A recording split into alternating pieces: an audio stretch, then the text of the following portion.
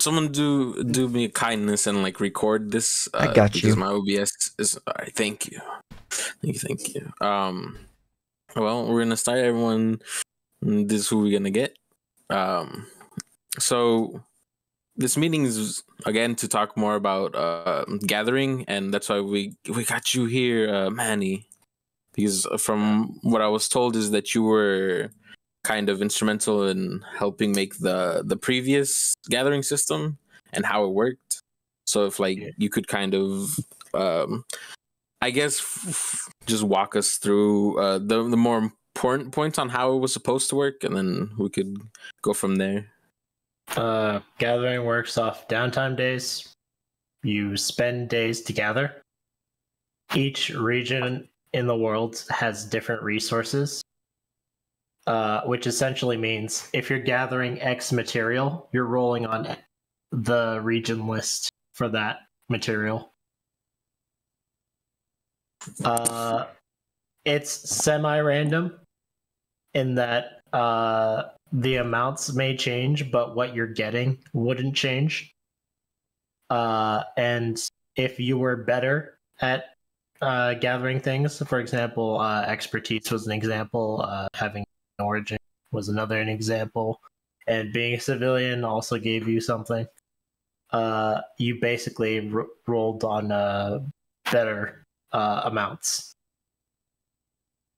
Mm-hmm. And eventually it was better tiers, but I think that was actually bound to the region itself changing, depending on what phase it was and what people did. Mm-hmm. And it was more of an unlock for higher tiers, less of a you are suddenly gathering the higher tier materials. Yeah. Hmm. All right. So it was a steady climb towards the higher materials, and then were you still getting the chance to get the lower materials at the highest, like when you already were able to get the higher? You target what material you get. Oh, okay. Except fishing. Fishing has a chance to roll on every single list. Amazing. But I think it was supposed to be like you don't roll on the higher tier list for fishing. Yeah, fishing is just the every game needs a fishing minigame. Yeah, a game is not good if it doesn't have a fishing minigame. That's just science. Mm-hmm. This is what's needed. More back on targeted. That is then you go to said location. Say you're mining for iron. You roll, determine how much iron based on downtime days. Yeah. And the amount of iron that you get would be random. Some regions are better than others for materials, and some regions would just lack higher tier materials just because of what people did to improve it. And now, because of this world that has a lot of more unique areas and more likely some more unique materials, how would that be handled? Like, would that be considered like tier 5 material? Or would be just based on the region? Materials don't have any inherent properties on their own in this system because one, that wasn't fully worked out. Two, that would more go into masterwork and enchanting stuff. The thing that mostly matters for materials was how high of a tier it was, because the reason being would be that if we bound things to the materials themselves rather than just referring to the material, it would get very complicated very quickly, because then you'd be working off of 3 item enhancing systems that could technically work into conjunction and stack with each other.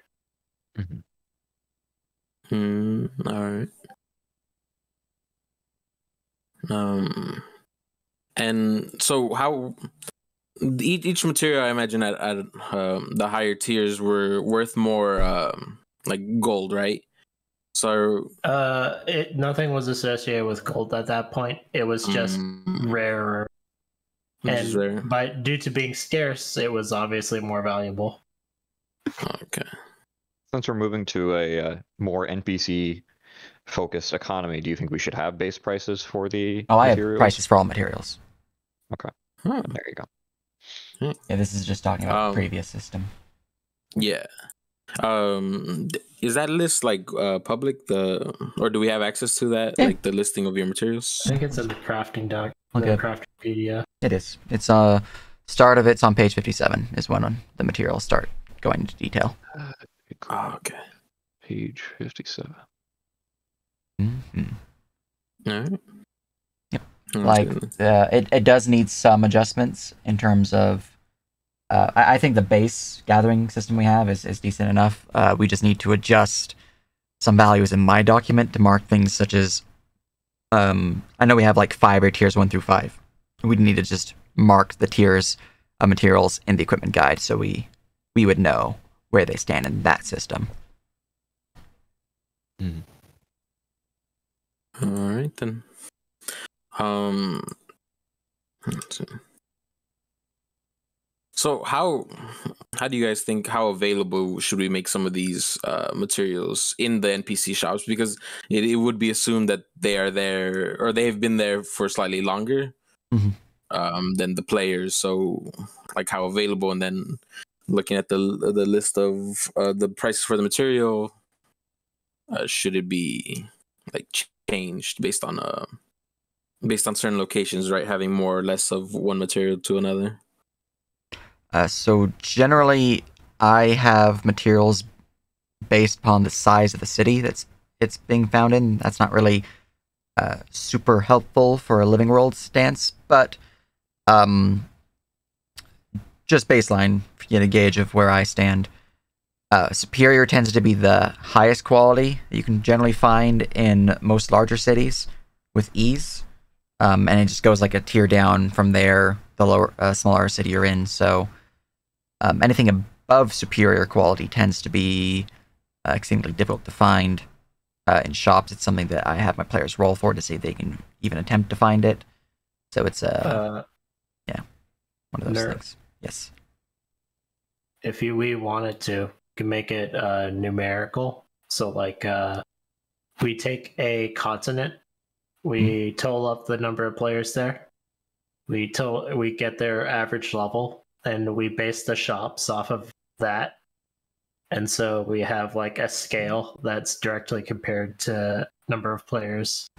The number of players would just determine the quantities of these materials, and the average level will determine the quality of these materials. And we could just do that for each continent. I think there should be another measure as well. You said with the previous system, each region had something to indicate that the materials were of higher quality or were more common in those regions. We should do something similar with the system if we ever haven't already. And for each region or continent, we should compare the regions around it and the region itself to determine if a material can be found at the highest quality or not. Say, for example, if fur is impossible to find in a region or the regions around it, the only quality you'd be able to find it at is maybe fine at its best because it's just so scarce. Set up a basic scarcity and abundance quality that people can just smack onto regions. Yeah, pretty much. Yeah, it wouldn't be too difficult to program that in either. Yeah, it would just be like I would only modify the quantity, because while we could modify the quality and the price, I feel like that would be getting into the weeds. Yeah, I agree with you there, but the quantity thing could be noted that it could go down to 0% quantity if it's just not at all available. So it would actually technically affect quality in that regard, because the higher qualities wouldn't be available, but And I would want a maximum abundance. I would suggest for the more basic resources, say we're talking about different qualities of copper, right? You should probably only be able to buy the base quality of copper from an NPC store, and allow the players to handle obtaining and selling anything of a higher quality than that.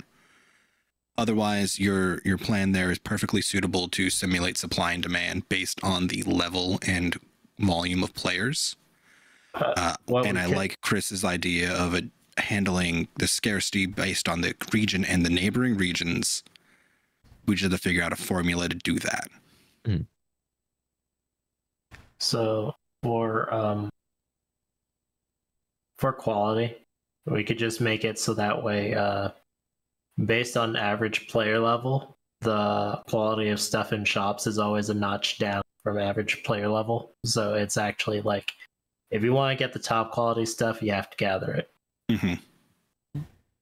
I think that might be fine, but there might be a problem with that because some players who, for example, if you want to be a leather worker, you don't want to always go out hunting because sometimes you just want to focus on your trade and be a leather worker. This is also realistic as well, since most leather workers just buy their hides from the local store. So instead of making it a notch down, we should make it equal, but make it so that each of the qualities have more disparaging costs. So going from one quality to another is actually much higher of a cost than listed in the equipment doc right now. That way there's less of a chance of people buying higher quality stuff when at low level. So there is a problem with exponential prices and materials, because it turns out that if you do that, then people expect exponential quality, and it gets kind of fucked up. Well, it depends on how much money people would have on average, pretty much. It's also based on rarity. That is another reason to have an increasing cost. So if something's pretty rare, someone will pay more for it. Overall, though, having the increasing cost is already a thing in the base guide, which those values are open to change if people need it to change. So it's basically already implemented, what your suggestion? Yeah, I'm just saying that should be, if we have problems with the balancing, if players are buying too much of the highest quality material, we should just increase the cost disparaging of that particular material instead of making it just unavailable, because that would make some players frustrated. I think that makes more sense, though. I mean, I'm pretty sure in if you guys are working it in sheets, you could probably put in a how many are left, and based on how many are left, the price would get increased by a considerate amount more. So if you're like going for like the last hide in the entire city, it's probably going to cost quite a lot more to a kind of a level that you're probably never going to want to buy it unless you're really desperate. I should also say that by limiting the stock and causing players to have to go out and get it themselves, you do stimulate a player economy. Which is a difference also, you have between a level world and a base campaign. Yeah. Another idea that could be done, instead of having actual quantities in the shop, which would be a bit difficult to track without the use of automation, we could do something similar to what the game Stellaris does, where their general market just has increasing prices the more something is bought.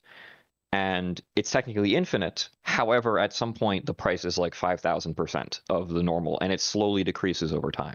So basically, if players are just buying every single fur in the market, the price of fur across the board is going to increase.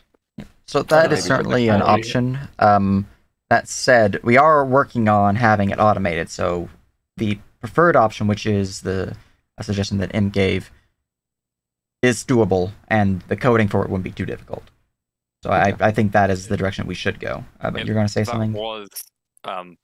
So just quickly, that was, I think, kind of what we were going for initially with the Verum system that we were going to be working on. At least that was my what I was working on in terms of magical materials.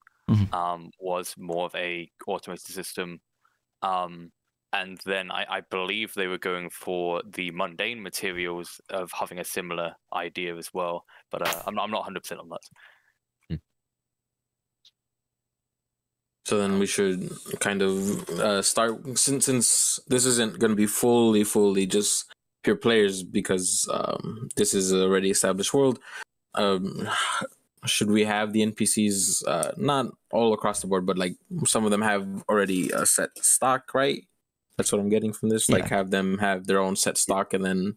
Yeah, I think basing it off of player count is a bit dangerous, because it could mean that if there's not enough players in a region, some players who live there are just going to be screwed when it comes to buying their materials, because given a handful of players, like 600 players, only about maybe 20 of them are going to be very hardcore in a specific profession. And yeah, sure, if all 600 players are in a region, that balances it out. But if there's only like 10 players in a region and 5 of them are, say, hide makers or leather users, they're going to run out of materials insanely quickly. I think the problem there is that that's only part of the thing that it's based off of.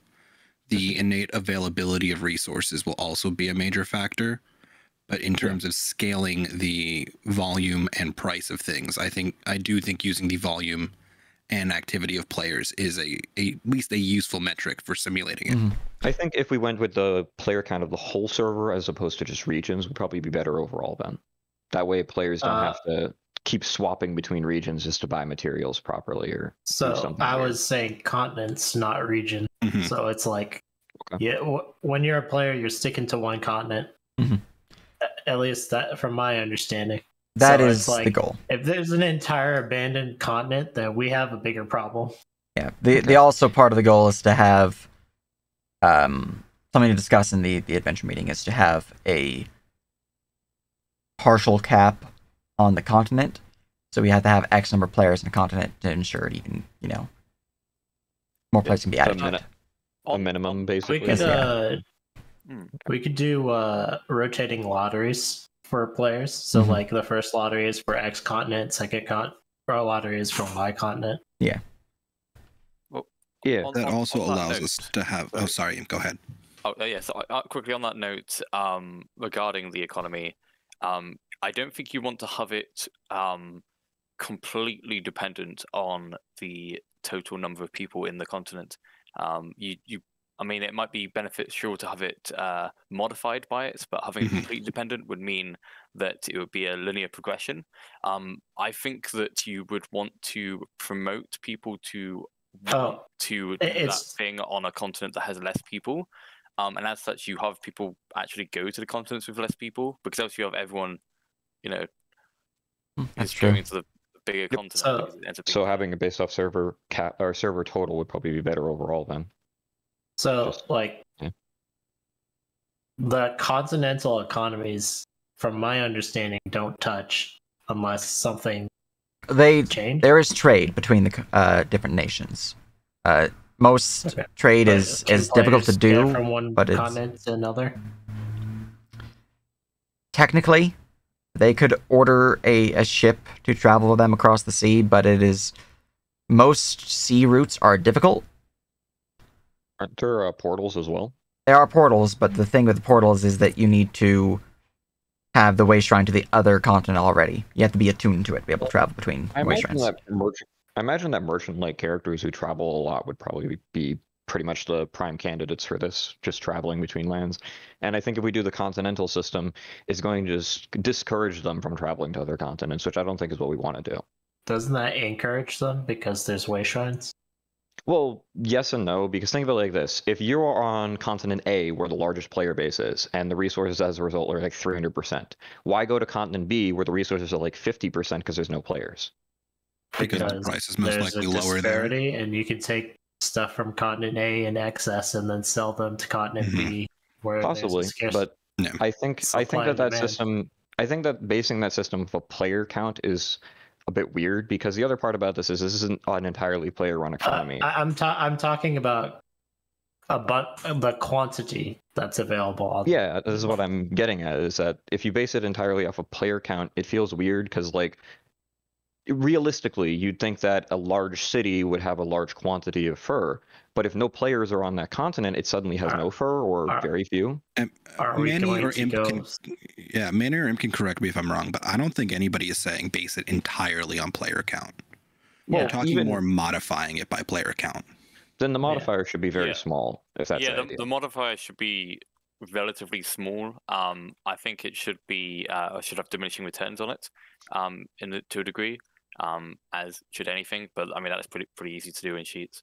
And if you have that alongside, if we end up having automation in the way of also modifying it by how much people are buying it in that continent, then that ends up being really interesting for trade. Because if someone goes somewhere, buys something out at one place for really cheap, then they could travel across to somewhere else that doesn't currently have it, like much of it in stock, and then they could sell that on for a lot more. And it ends up being like an interesting idea, like economically. I like the Stellaris thing where it's like the more you buy it, the more expensive it gets, but eventually that should like probably reset. Probably every week. Yeah, Stellaris simulating the supply and demand of localized markets. Yes. Yeah. Also, we have to account for how we're going to get the bots to account for players buying large batches of materials and make sure that doesn't bypass any price increase. There are ways. I know. I mean, if you look up the Stellaris number system behind the market, you can actually get like an exact formula for it, probably, and we could just use that. Also, a lot of coding tends to be available for like free use, so it's not too difficult to get that set up.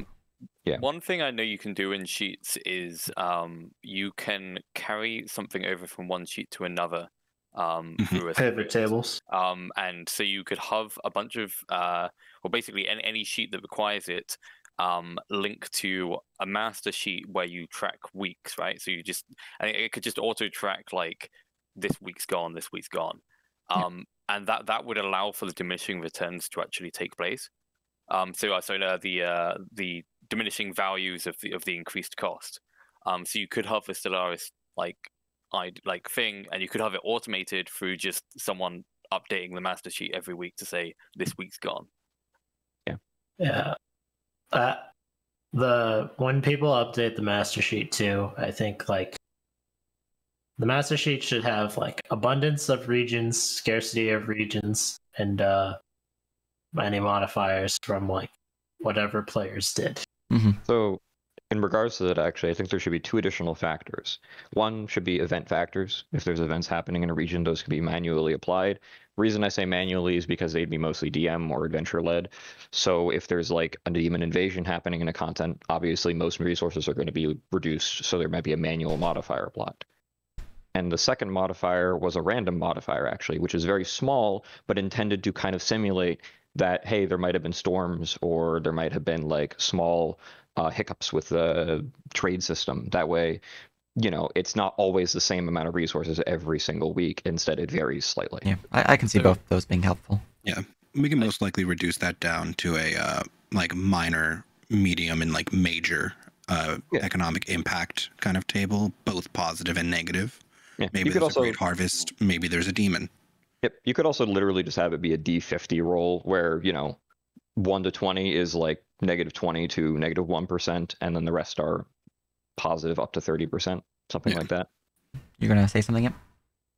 I should say in terms of random rolls, you want to be careful with adding too many things you have to do manually. With when you end up increasing, like the more players you have, just generally the harder it becomes, like to do all that stuff manually. But I mean, if you're using sheets to do it, I mean, sheets isn't the most. I mean, it's a little bit awkward to do random rolls in sheets because you basically have to create a script to copy the random roll and then paste it. And this would only be a one-time done thing because it's going to affect all resources, so it shouldn't be too hard. I was wondering if you do it if you were like having a random modifier every week, depending on like to simulate the NPCs doing things, for example. Yeah, I mean, it could be do that with a click of a button, but that would actually have to be a script. It could be weekly, it could be monthly, it could be however we want it to be. It should probably be more than a week, since a week would give too little time. People could go buy resources like towards the end of the week or so, and then they know that it's going to lower in price the next week. People will optimize anything really if given the chance, right? Yeah, I would go with monthly. It's fine if people optimize stuff. I only said a week because that's typically how downtime days work. The big brain thing would be to have the random roll based on the previous random roll, or like a modifier to the random roll, so it goes up and down. Yes. So we have downward spirals. It doesn't just jump. And I mean, the other one I was going to recommend was a permanent factor, which is like it would have nudges permanently of 1 to 2% weekly.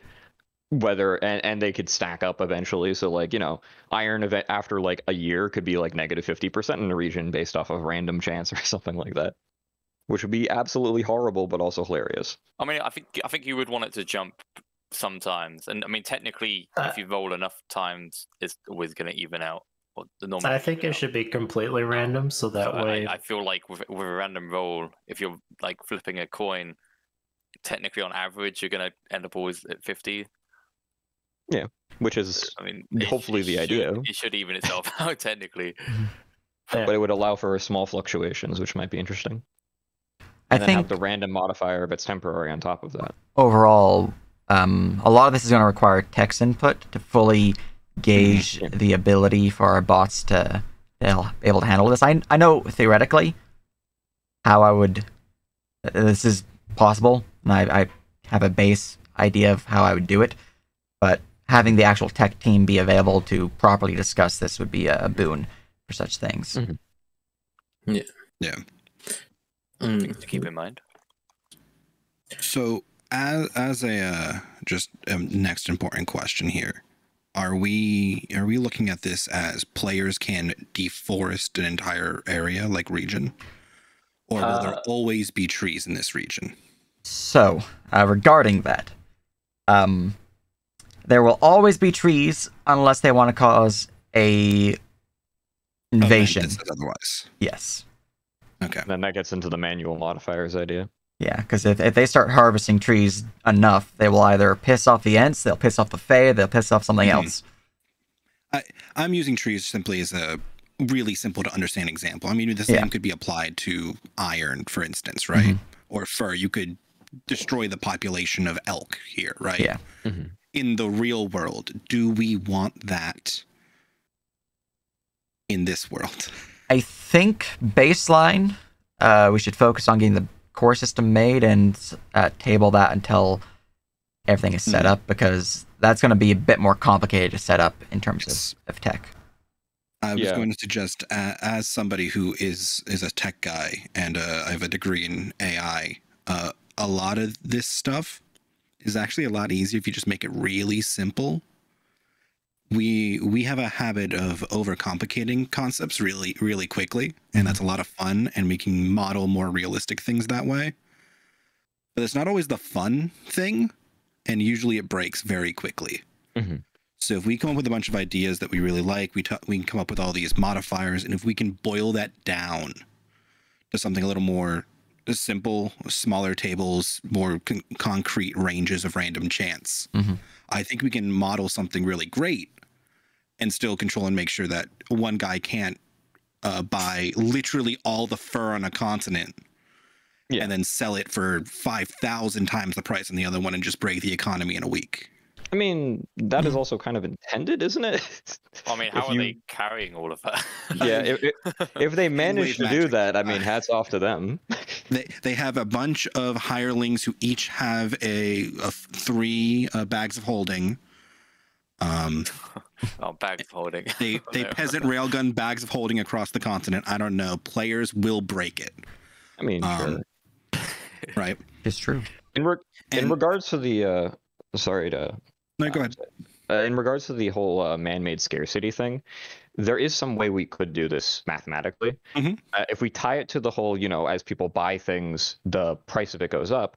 As people buy things or acquire things, it could lead to a small percentage change overall of the quantity left. And there could be a factor that regenerates it weekly, say regenerates by 10% weekly. And then players, every time, say, 50 of the item is acquired, it lowers it by 1% overall quantity. Yes. Or maybe you can absolutely do that. Instead of overall quantity, it just, because overall quantity, I have problems with the whole quantity system, just because I feel like even automation wise, it'll be an insane amount of stuff to track. I think instead we should just do in scaling price, which will be cutting out the middleman basically.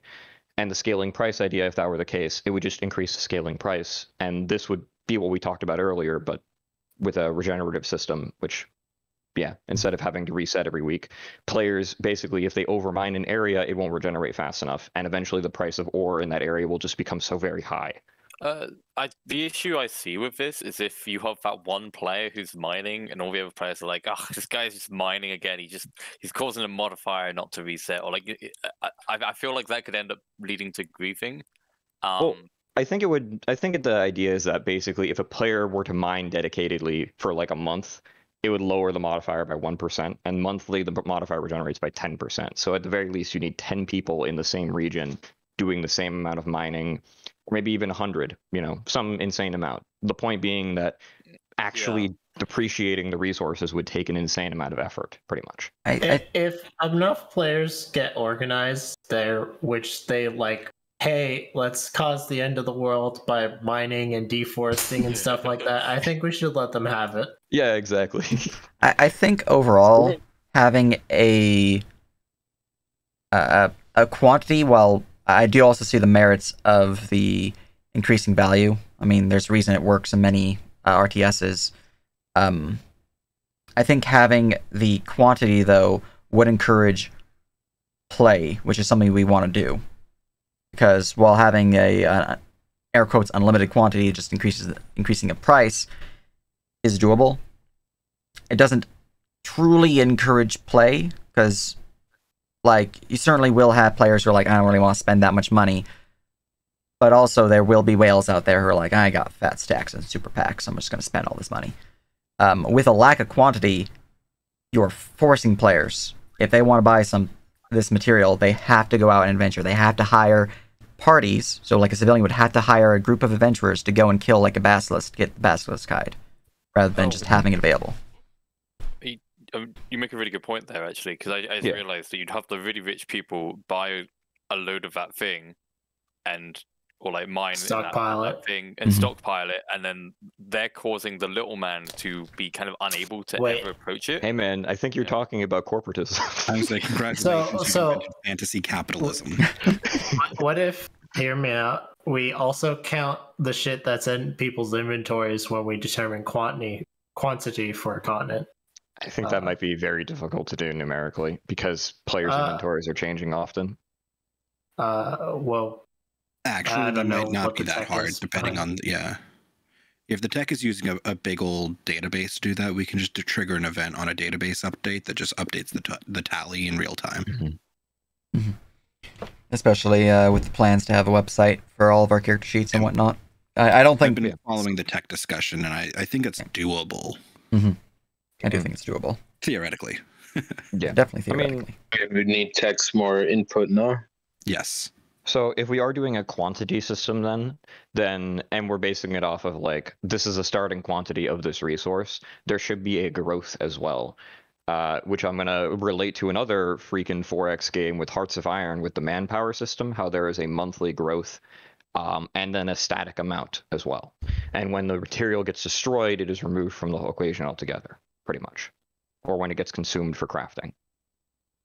So basically there can be a chance of scarcity if players are consuming enough of that resource. Say, for example, there's 1 million hides in that region to start, and it increases by 50,000 every week.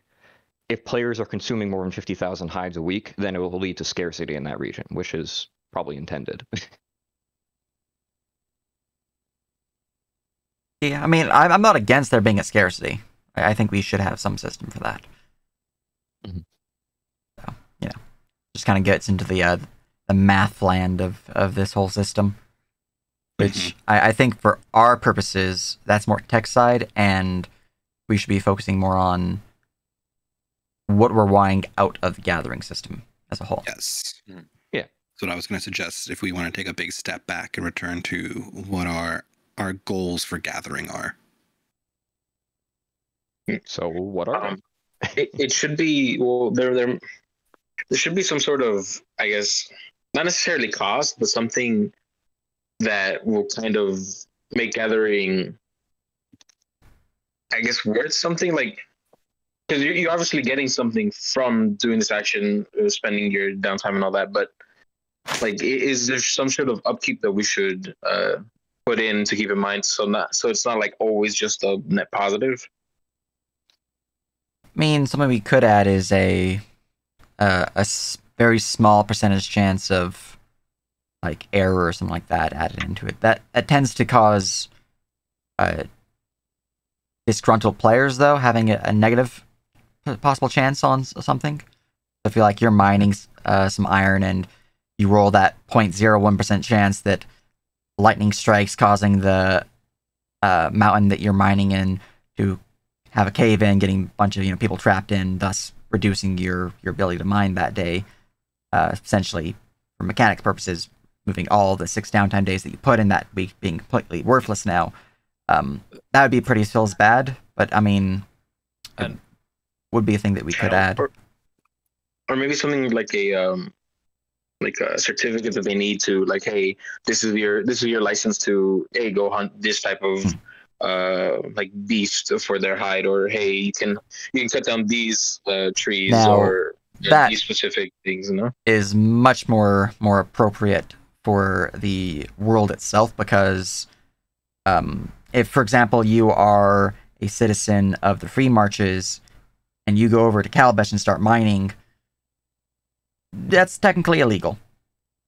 That's a paddling. Yep, I that's think a the paddling. idea we could do is have I know we talked about having only certain numbers of factions. Maybe we have NPC focused factions like guilds, for example, that are like, oh, this is the mining guild. In order to mine in this land, you need to get Those a already certificate exist. from them.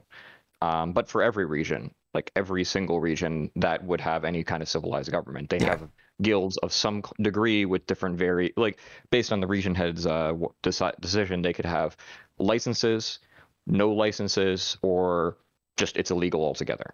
I agree. We Did should you know have that a you plenty need a of. license to cast spells in Calabash? You do. Yeah, it's true. You have to be Well, part of the Arca Nostra, or having a the- license of adherence. So to go back, Just the ultimate run away really fast. a good alternative potentially. It kind of depends on how you want to have materials even work. So this is more on that side of discussion. But instead of just mining for one bit of ore, you would have like some kind of quantity system where you get X amount of quantity. And so instead of getting like all or nothing, it ends up being you get a lot or you get a little bit less. And I feel like that would lead less to disgruntled players, because it would all kind of average out, and it wouldn't be like you're getting nothing, you're just getting a little bit less than you could get. The way I have a home run gathering system, and the way it works is every region has a fixed amount that you get for that resource in that region and how much is available. So every time you go mining, you'd get that much. However, there's also a skill level that increases for you to detect where the ores are, for example, and this tacks on as a modifier to that fixed amount. So the better you are, the more skillful you are, the better resources you get out of the land based on the fixed amount. Something like that could be applied. I mean, I don't know if a fixed amount is really the way you want to go with more of a MMOE type, system that is a little. Well, I mean, per downtime day spent kind of deal. That way players aren't maybe when I say fixed amount, I don't mean it's always 30. I mean like 25 to 35 as opposed to from 0 to 35, Yeah. Like having a fixed range. The fixed range, yeah, that's a better way to say it. So that I think players you're both talking about the same thing here. Yeah, that's what I was trying to say. Yeah, you're talking about a weighted average Yeah. range of yield. I thought you meant like you just get 5 in this location, you get 10 in that location. No, I mean, it's effectively like that, but with a range instead, and the modifier for how skilled you are or maybe what equipment you have in the system changes how much you get. This could also play into the whole guilds and licenses. Say, having a license with a guild also means you can get better equipment to mine things better or to cut down better trees, and thus give you a better modifier onto the fixed amount.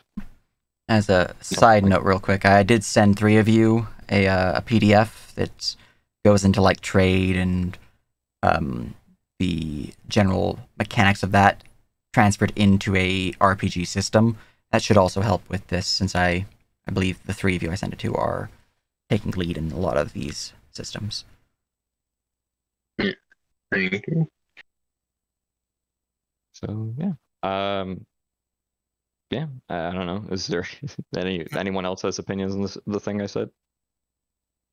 Got a PDF. I was typing things, so I completely heard nothing. Fixed range of resources based on region. There are 2 possibilities for modifiers that we tacked on, either equipment based, which could lead into licenses with guilds giving out better equipment, and the other one may be being skill based, whereas players can slowly increase their skill in a particular gathering profession, and that helps them get better resources or more resources. So the second one's already basically a thing. The first one I can see working. Because having some sort of gold sink would definitely be good, because you don't want everyone to just rapidly just keep growing and growing in wealth, because then what are they going to do with it, really? Part of the civilian system, Shrub's not here for purposes of talking more on that, but part of the civilian system was having ways to actually progress as a civilian, being able to gather more and all that other thing, would be through property and large expenditures of coin, which was a pretty big money sink for them. So they actually have a reason to, make the gathering and then sell the gathering.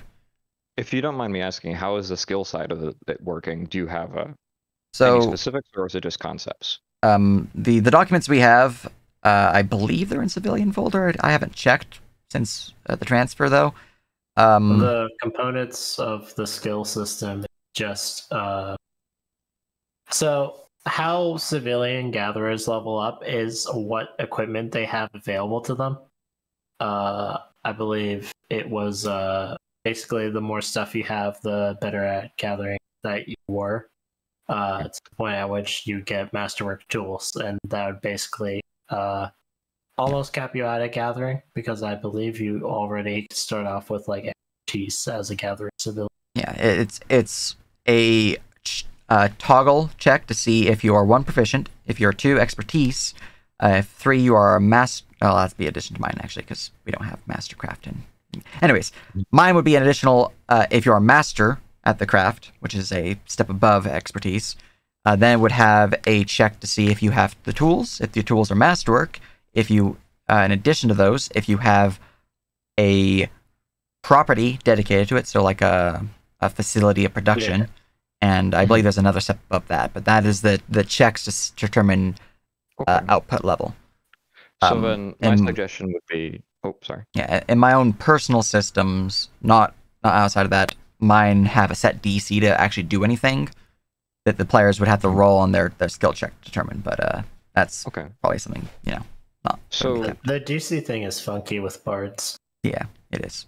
So my suggestion is, for the whole RU expertise and all that, we should add more tiers to that, basically.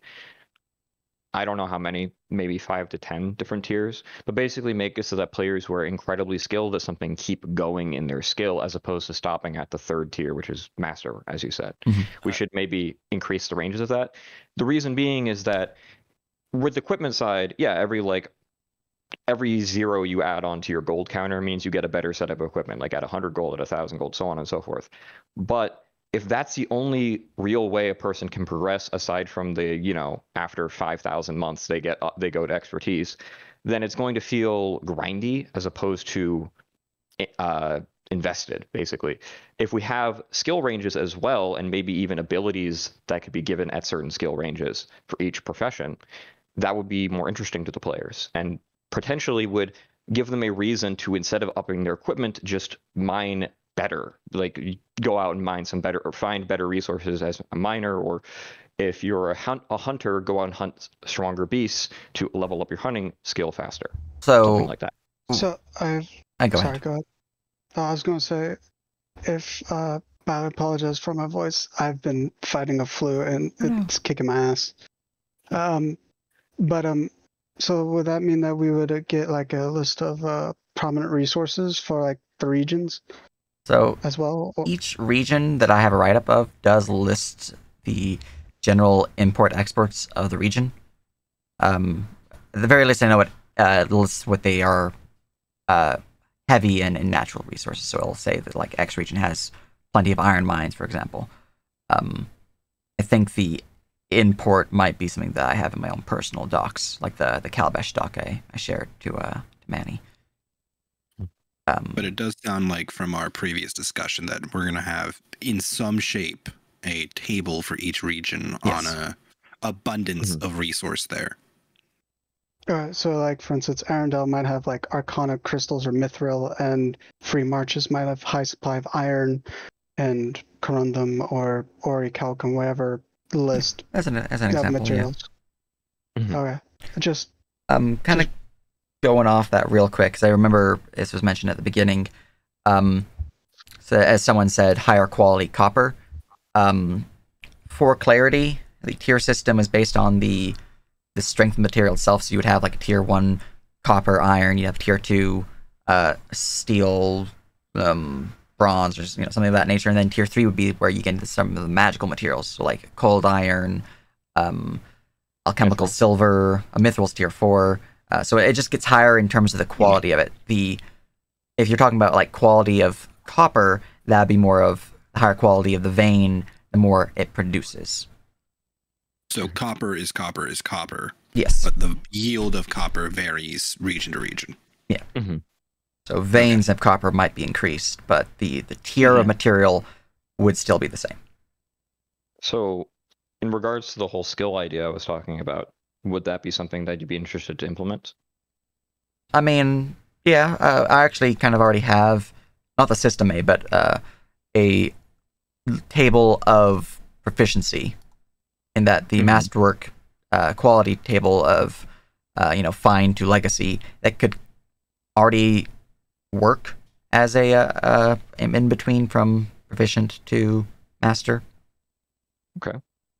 I feel like to further that discussion, we're going to need to have a couple other things first. Yeah. Most likely the basic gathering, and then probably just a whole meeting dedicated to discussing and analyzing how many steps do we want in that, how big of a increase do we want on things. Indeed. Yeah. And we definitely need a civilian team here with us. Yes. Yeah. I do think that's a good idea, though. I mean, I think with gathering, we have to always keep in mind what it's for as well, which still needs kind of discussions, because that is ultimately what the reason the players are gathering. I mean, sure, you could gather for the gold worth of what that is, but is that gold worth actually a reflection of the mechanical worth to the player? And that's something that's currently quite hard to tell. So a lot of these things, I don't know how much can actually be decided until the elements later, like, are decided on, like, what does this actually make? Well, that's what this meaning is, right? This meaning is, again, is mostly for gathering because it is this is the foundation of the economy right now that we're trying to see how it should work, and then more meetings after this should be more to like branch out on the specific branches of this foundation. So my projection for how the focus of this is going to go is that it's going to be more for gold purposes than it will be for mechanical gain. The reason for this is pretty simple, is that this is not a fully player-run economy. And as a result, there's a good amount of resources that are crafted that aren't going to go to players. They're just going to be sold. And we've discussed this with the adventure meeting, I believe, or the previous economy meeting, where we talked about the idea that players can sell their items to NPCs, but finding a buyer for it, if it's higher quality or higher rarity, is going to be harder and require maybe random rolls. Going along with that, this whole topic seems to be more gold focused than it is mechanical benefit, because the problem is, if we have a cap of 600 players, if a person produces more than 600 swords, they're not going to sell them to players anymore. Even 600 swords is a lot, because only like maybe 100 of the players are going to use swords in the first place. So we have to take a step back and not look at it like, oh, how many players are going to use this, and maybe look at it from what could this do for the person aside from mechanical benefit, so gold, skill, and other things. Honestly, that's one of the reasons why I don't really like NPC, is that everything just becomes a gold feedback loop, to which point a lot of the things that GMs assign to golds become almost immediately bought out, because there's only a certain amount of time that can pass before any reasonable quantity of gold ends up spuriously inflated by the amount of time investment players have just generally available. So what we need to see is how many time and money sinks do we have that would be worth anything? Like how many things that can be kind of vanity type gold sinks that would be worth it, not necessarily mechanically.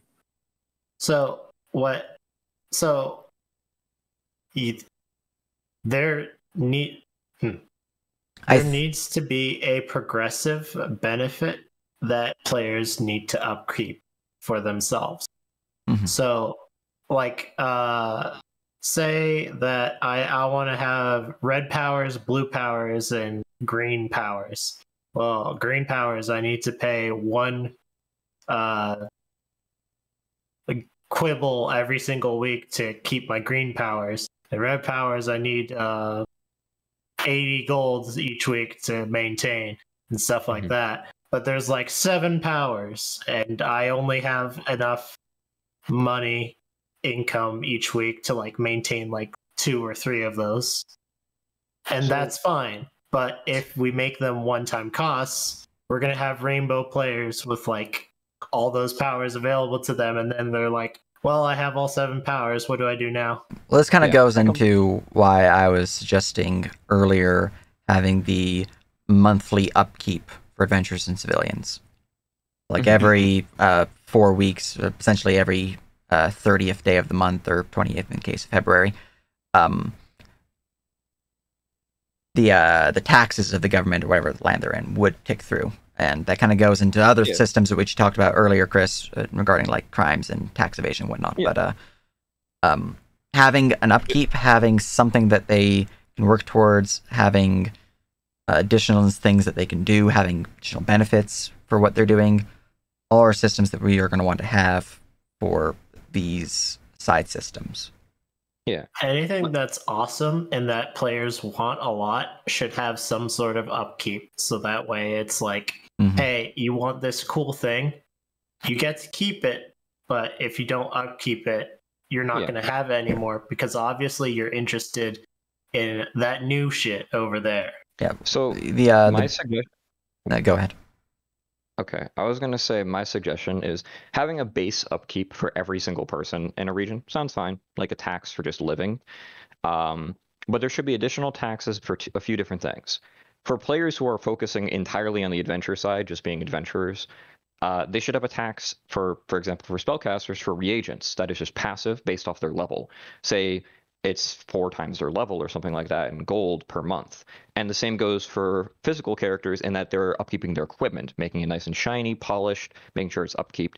If they don't pay those upkeep costs, say casters won't have reagents anymore, and physical characters won't have equipment anymore, which pretty much nerfs their characters entirely. So this is an incentive, not just out of want, but out of need, which would be a reason for people to get gold. And as that increases with level, that means that players need to find better ways to gain money. Obviously, adventuring is one of the main ways, but if players have hobbies that cost money as well, they're going to need to balance that out. And for players who are not adventuring focused, who are entirely civilian focused, housing and buildings are the prime way that it's going to be, their taxes. Basically like this, a mining character would have a factory for mining, or maybe an ore processing station, but they progressively increase in quality. Maybe it doesn't affect how good their ores are. Maybe it's just cosmetic, but that could be a way to institute an upkeep for the civilians. Yeah. Actually, that is actually already on the plan for the buildings, is they had some form of upkeep. And for them to be able to perform the best at their job, they need to have these buildings. So they had reason to do it, and it caused a gold sink for them. Yep. And an additional gold sink for the buildings could also be guarding them through various means. Either NPC guards. Yep, they definitely need to hire guards. Either NPC guards or trap rooms. You could have literally a dungeon where you just have 50 trap rooms, all to get to like an ore processor. I gotta figure out how to balance traps for players, because it's like Mooka level traps are generally fine, but I don't want a player to have to like install a boss level trap.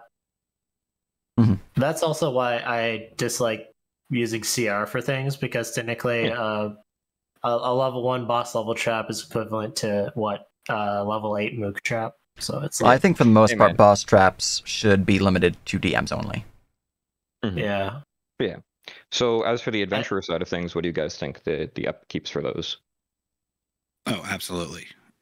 Yes. Yeah, it also kind of goes into the faction system I have, where most factions I make will have some form of guild dues that they must pay monthly. It's like the Draconis Legion, they have a thing for like a percentage of your take from your contracts that you've taken from Draconis Legion contracts. Arcanostra has a monthly fee. We need a way to audit that, because I can just see like, hey, mission rewards aren't being logged. How do we know what this player owes? That's true. Additionally, with that, on the civilian side, it could be that resources gained are also taxed, so that 10% of the ore you mine goes to the main company where you get the license from, kind of deal. Since most of the missions are gonna be kind of said what levels they're for, right? Instead of just having it like based on the end result of how much reward they got at the end, just have it based on the level of the mission they undertook for like the overall factions? No, I wouldn't think it that? depend on the guild. Some guilds might do it like that. Others might do like, hey, give us 50% of all things you got. But it would be more like if like easy. It'd be easier to track and more universal if all of them just did it and just kind of flavor it in different ways, but have it all be the same kind of system. Yeah. We could just make it on GM side too. So it's like, okay, I'm about to reward the players with the mission reward. And by mission reward, I mean like the guy that's paying you to go out and do something, not like you found a sword while you were killing something. And so the GM just goes over to players. It's like, okay, what's your faction modifier? Oh, yo, you get 90% of your stuff taken away from you, but you get really cool vorpal blades attached to your hands. Okay, Oh, no. well, I mean, another there you thing go. that could be done is for adventuring guilds that there is a flat cost to go on missions. Then they'll supply you with mounts, healing potions, and the such at a decreased price for that flat cost, and that is all they give you as a cost. One of the systems I actually worked on for another Living World was that because there has to be a reason why they're taxing you, right? Otherwise, you just not go to the adventuring guild and just pick up the quests from other people. One of the reasons is reconnaissance. Actually giving players intel on what the dungeon might hold ahead of them at an increased tax from the guild could be something we could do. Beyond the fact that that is was- a dangerous conversation to have in this server, I feel we are straying a little bit from our original topic as we have 4 minutes left before the adventuring meeting of gathering goals. Yeah. And I just wanted to go back through them real fast. That so far we have discussed and agreed loosely upon regional differences in abundance of resources, some kind of a cost to gather, both in downtime days and potential licenses or rights, and some way to improve your gathering skills. Yeah. And anything else in did gathering? you have equipment-based stuff and like potential housing as well? Yeah, I kind of grouped that in my quick 3 bullet notes under ways to improve, heavy quotation marks, your gathering, be it both the actual skills itself, the resources. I don't know. Maybe you work with a guild and you build iron mines, and now you can, you get better iron because you don't have to like go around and dig it up yourself. You have a mine, right? And then you dig too deep and release the Balrog. Yeah, and now we got an event. Yeah. Someone's NERP's mining company in Co. just digging into the earth for coal. Eventually, they release Smaug, and he just kills everybody. Dicky hole. I don't know. Lots of fire elementals are angry over here. I don't know why. I mean, it's not like we're totally not using them to fuel our magma forages. Totally not doing that. Shh! Don't tell them that. God. Then they'll ask for pay. It's not a magma forge. It's a daycare center. Exactly. They're having fun. We're just playing through the Ignore lava the price splash of pain, splash. please. We just cage the Phoenix and take their raw power for the fuel. Anyways, good wants stuff. to be there. So now, I guess for our next meeting, we'll do another poll for that. But it'd probably be in best interest to get someone from like the coding, right? Yeah, get some tech To team see over here, if which it works. you're tech knowledgeable, Patium, but are you in tech team? I don't remember. Not officially. I told Sithams I'd help him, but I also told him I don't always have a lot of time in my day to continue other tech projects after work. Gotcha. Then yeah, getting someone from tech team and then getting someone who is specifically in civilian team on this meeting would be good. Or just guilt Sithams into joining. It's easy. Totally. I could also discuss it with Sithams during other meetings afterwards, if he has free time, since I'll be in most of the other meetings. Just true. It's always good to have them actively here, though, for such participation. Well, seems good. We got a pretty good baseline for the gathering and how it would affect us. And then next meeting we'll branch off from there, right? Indeed. I'm gonna drop the recording here so I can go and ping everyone about Venture.